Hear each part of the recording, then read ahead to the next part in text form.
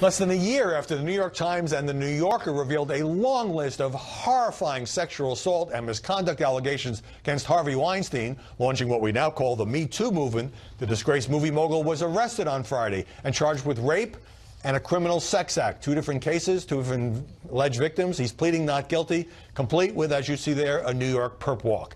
Joining us now from New York is Kat Timpf, National Review writer and Fox News contributor. And Kat, regardless of what happens in this particular trial, because most of the more famous allegations against Weinstein, from Rose McGowan, Gwyneth Paltrow, Ashley Judd, and dozens of others, are barred by statute of limitations.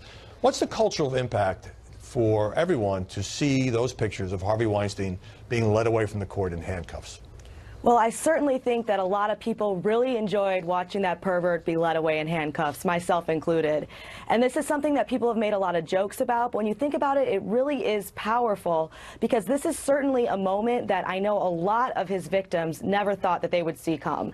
You always see powerful men getting away with these kinds of things historically, and it seems like that's changing now. He's actually potentially facing some real legal consequences here for his actions. Yeah, I think you've put your finger on it, and it's impossible to overstate the impact of those stories about Weinstein and how it spread across Hollywood, the media, Silicon Valley, the corporate world, you name it.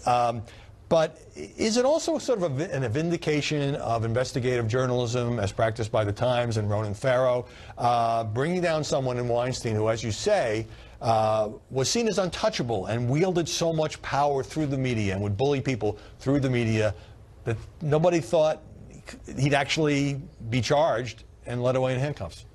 I absolutely think that it's a vindication, and props go out to everyone who was involved in helping expose this. And I also think it represents a huge cultural shift.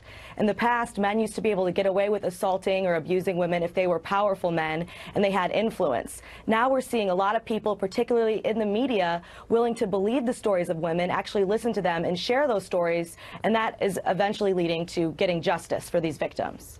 You know, Jodi Kantor, one of the New York Times co-authors of these investigative pieces, tweeted, quoting various things that Weinstein had said or told alleged victims in the past. "One phone call and you're done. I have ears and eyes everywhere. I'm Harvey Weinstein and you know what I can do." And then she writes, "Not anymore."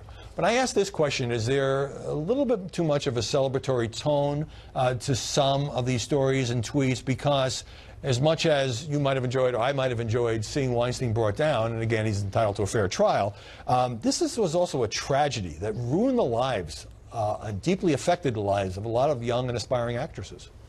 Yeah, absolutely. Although it's great to see him get arrested, the pain that I'm sure he's caused so many women is something that never goes away. And that's why you have to at least look at the fact that at least he's going to be facing some consequences. And also, hopefully this could send a message to other men out there that, hey, maybe you used to be able to get away with this kind of behavior, but times are changing and you can't get away with it anymore.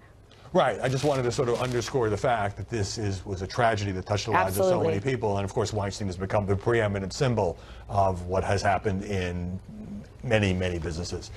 Great to see you this Sunday. Kat Timpf, thanks very much. Thank you. Coming up, Bret Baier on certain similarities in the coverage of Donald Trump and Ronald Reagan. And later, the reporter who exposed the blood testing company Theranos after the media turned its founder into a superstar.